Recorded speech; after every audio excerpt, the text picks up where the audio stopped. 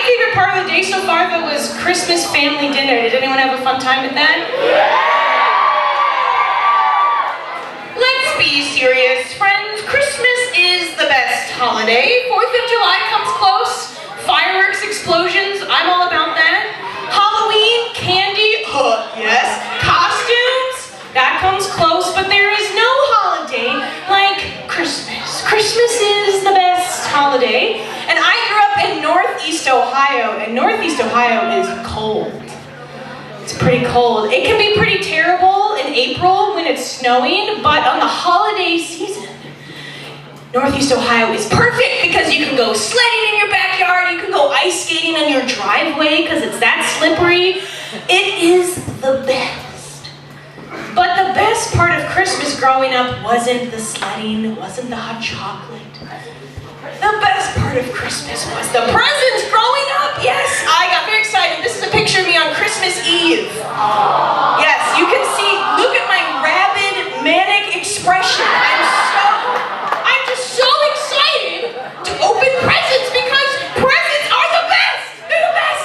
Getting presents and like ripping open the wrapping paper and seeing if Santa Claus gave you everything you ever wanted. It's just thrilling. Like you get this exciting gust of energy. Opening Christmas presents is the best. And my family has a little tradition. Opening Christmas presents, as this young child knew pretty well. So what my family would do is we would open Christmas presents together, and then we would get in the car and we would drive to Chicago to see my extended family. We'd get to Chicago by evening and we'd put on our Christmas sweaters. And we'd sit in a big family circle around the fire and the Christmas tree, and we would one person would open one present at a time. It would take a really long time. So one person would be handed a present, they would unwrap it, and then they would lift it up in the air, and everyone would cheer and ooh and ah, and the next person would do it. This is what happened. So I want to tell you about one Christmas when I was 8 years old. And when I was 8 years old, something you need to know about me as a small child, I was very easily embarrassed. I was very shy. I have since changed, but when I was younger, I was very nervous about my body. Like the idea of my underwear poking out of my shorts, I would rather die. I would rather be in the casket than that happened to me, or like someone come into my room when I was changing, the worst, that would be terrible. Would rather that never happen to me. Just setting the stage. So on my 8th Christmas, my family, we get in the car, we go to Chicago, and we go to open our last couple presents with our extended family. We're all sitting around in the big circle. And my Aunt Mary Jean and Uncle Brian, they gave me some blue gloves. And my, what's their name? Aunt Susie and Uncle Greg, they gave me a book on frogs that I was thrilled about for some reason. And then my mom and my dad were going to give me my last present of Christmas. And you make this puppy last. Like when it's your last present, you open it so slowly. So I was sitting down with my family around me, and they hand me the last present of Christmas. And as soon as I had my hands on it, I could tell right away. It wasn't like a box of Legos, it wasn't a movie, like it was cushy. So I open it up so slowly, making it last, getting rid of the wrapping paper. And in my hand, it's like this red ball of fabric. I don't really know what it is, but my parents say, lift it up, like we did. So I lifted it up in the air, and then everyone in my family starts laughing hysterically. Like, what is it? And I look it down, and it is bright red underwear. And I was humiliated. I was so embarrassed. I remember getting dizzy and faint, and I think I passed out, and then I woke up, and my whole family was still laughing, and I wanted to murder my family for about 10 years. I've just gotten over it recently. We've just been reconciled. It's beautiful. Okay, so this 8th Christmas was the worst Christmas. It was terrible. It was awful. I hated Santa and my family, and it was awful. I'm glad you like it so much. Okay. And why was this Christmas the worst Christmas of my life? Why was it terrible? Because when I was younger, Christmas was all about the presents. It's very true, as you can tell. So if I got a lot of presents one year, and they were good presents, yes, it was the best Christmas ever! But if I got not a lot of presents, and if they were like underwear, I hated Christmas that year. It was the worst. And this was because for me, Christmas was about the gifts. And gifts are all good and fine. But we know that the point of Christmas isn't about gifts. We know the point of Christmas is about Christ. We know this. We know that Christmas is about Christ. And what do we celebrate in Christmas? We don't just celebrate Jesus' beard or sense of style. On Christmas, we celebrate Jesus' birth. Yeah, Jesus' birthday. On Christmas, we celebrate Jesus' birth. And who was Jesus, my friends? Who was Jesus? Jesus was a man. He lived 2,000 years ago in Palestine. He probably had a wicked, awesome beard. He had a mom and a dad. He probably had a favorite meal his mom made. He probably walked a certain way, talked a certain way, had a favorite joke. Probably had a hard time waking up in the morning because he was having weird dreams, He was a normal guy. Totally normal. We believe as Christians that Jesus was 100% man. But we also believe that Jesus was 100% God. Wasn't Jesus was 50-50, this weird conglomeration of both? Jesus was 100% human, but 100% God, with all the gifts and talents of divinity.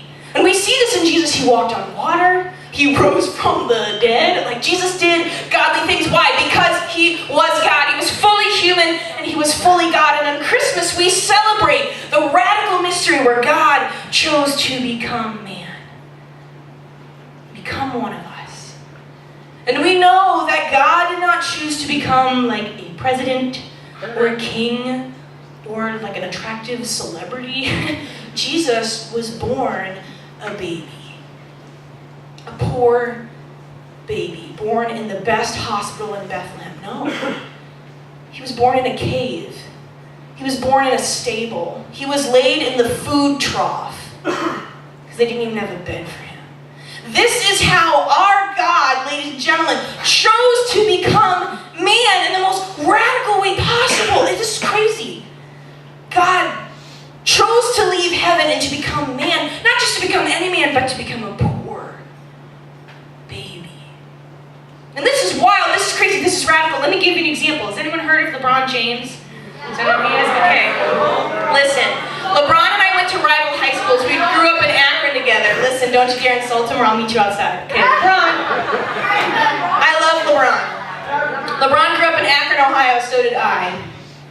So LeBron is a multi-million-dollar dude. He's a professional athlete. He's one of the best in the world. He's widely recognized as one of the best basketball players in the world. And he's got a ton of houses, and he's got a ton of cars, and fancy clothes, and watches, and he goes on expensive vacations.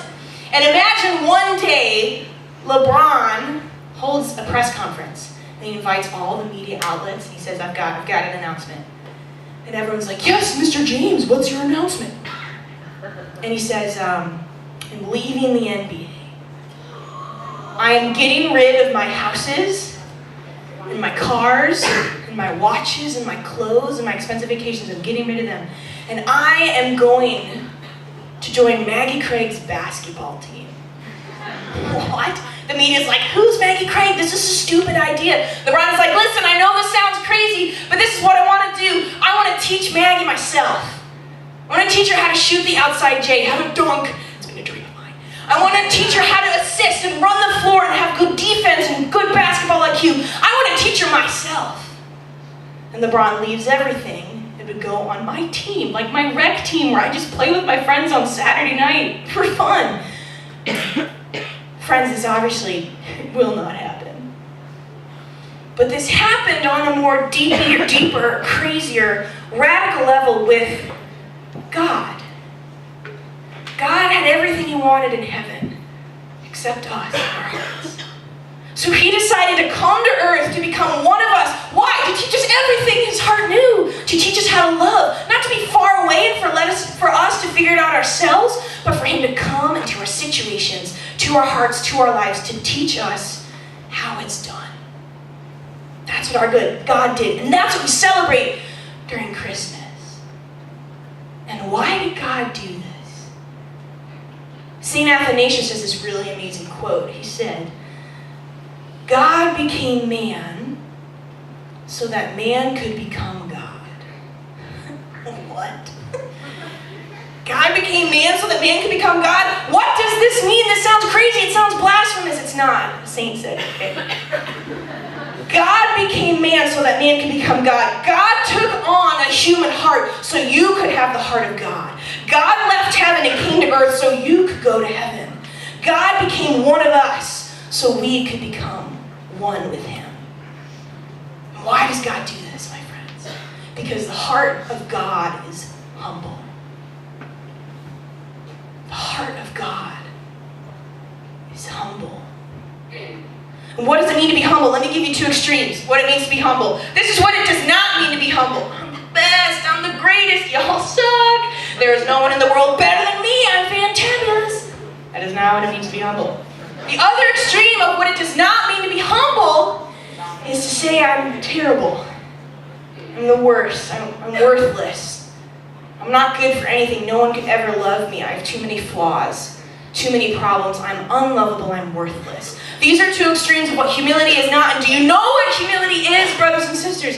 Humility is knowing who you are. Humility is knowing who you are. Humility is knowing that you're fallen, that you make mistakes, that you don't know everything. But humility is also knowing that you are loved by God more than you could ever understand, and you are priceless in his eyes. Humility is knowing who you are, and there was no greater act of humility in the history of the world than the incarnation, than what we celebrate at Christmas, when God became man. There is no greater act of humility when God became man, so that man could become God. And let me tell you, my brothers and sisters, we come from a lot of different places. We're a bunch of different ages. We do a lot of different things. But all of us in this room are Christians. We are all Christians. And to be a Christian, the word Christian means little Christ. The word Christian means little Christ. So to be a Christian is to follow Christ, to be a little Christ. And if the heart of God is humble, what must our hearts be? Humble. If God became man so that man could become God, if God became one of us so we could be like him, and if God was humble, if Jesus Christ was humble, my brothers and sisters, we too must be humble. So what does that look like in our daily lives? We could never do what Jesus did, but we can do it in our own way. We can be humble. What does that look like? That means being obedient to your parents and to all legitimate authority. If your parents say, no more screen time, put away your phone, put away your tablet, you do it. You listen to them, you obey them. If your teacher says, put away your stupid fidget spinner, you do it. You listen to them. Okay? Being humble means being obedient. Shh. If it helps your ADD, okay. Being humble means being obedient. Being humble means serving others. That means letting your brother and sister have like the first slice of pizza and the last cookie. It means I'm serving you. It means doing things for your classmates, for your brothers and sisters, for your friends, for your enemies. For that person in your youth group who bothers the heck out of you. For that classmate who's a jerk. Being humble means serving others. Being humble means knowing that you don't know everything. Listen, I know you're 13 and you think you know everything. You don't. Being humble means knowing you don't know everything, meaning you recognize that your teachers know what they're talking about. And your parents know things too, and your chaperones, they know things too, that you don't know everything. Being humble means knowing who you are, that you're not a superhero, but you're not a slug.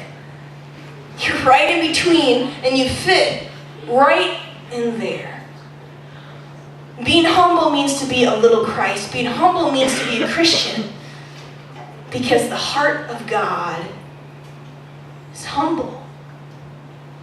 And he wants you to join him. He wants you to join him being humble and lowly, not beating yourself up, not thinking you're the greatest, but knowing who you are. Let's pray. In the name of the Father, and the Son, and the Holy Spirit. Amen.